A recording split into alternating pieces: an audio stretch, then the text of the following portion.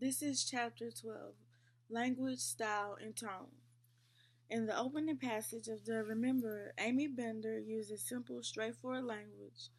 The language she has chosen has the narrator sound confessional, a little befuddled and sad, of her lover's bizarre transformation. She simply says, I don't know how it happened.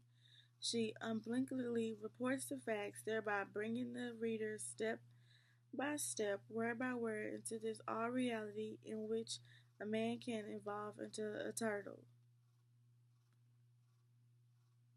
This mix of realistic with the fantastic is a central element of her style, meaning the characteristic way in which she or any writer uses language in the story.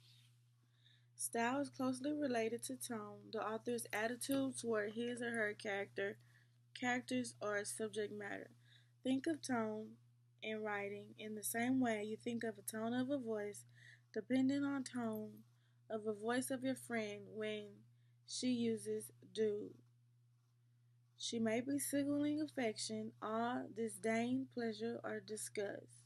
In turn, tone shapes how you respond to her message.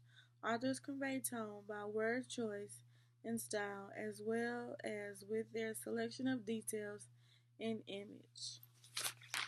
So, in the Remember, it's about this lady who was with this man, and he was always sad about the world. Like, he didn't like the world. He said that the people were too smart.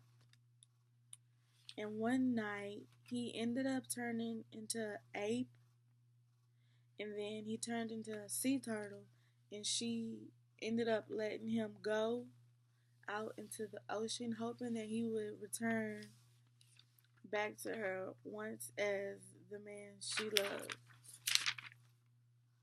You may have noticed that most characters in this book focus on a single topic, plot, character, setting, point of view, whereas the chapter groups three topics together. This is because language, tone, and style are difficult to separate from one another.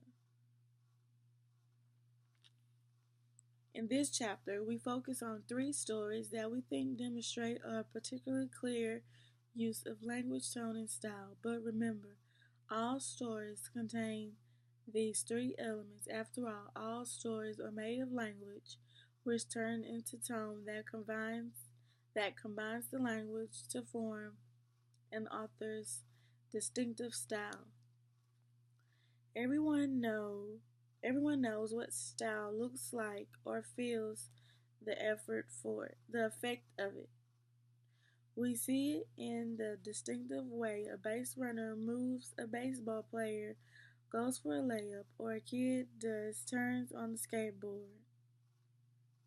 We see a person's style in the way she she does her nails, the choice of placement of a tattoo or piercing, a particular combination of shirt, jeans, vest, and scarf with high top sneakers, cowboy boots, high heels, flip flops, or anything else in the vast array of potential footwear.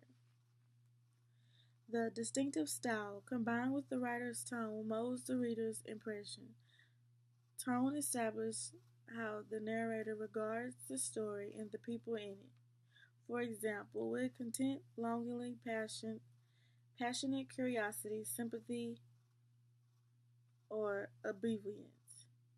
The writer's tone influences how the reader relates and responds to the characters in the courses of events. The tone of the remember is intimate and informal when the first person narrator stands weeping over her boyfriend turned sea turtle. Her tone and style arise from her diction and author's or character's distinctive choice of words and style of impression. Now consider a passage written by Ernest Hemingway. You know how it is if they're early in the morning, Havana with the bum still asleep against the wall of the building. Before even the ice wagons come by with the ice for the bars, Will We came across the square from the dock of the Pearl of San Francisco Cafe to get coffee, and there was only one beggar awake in the square, and he was getting a drink from the fountain.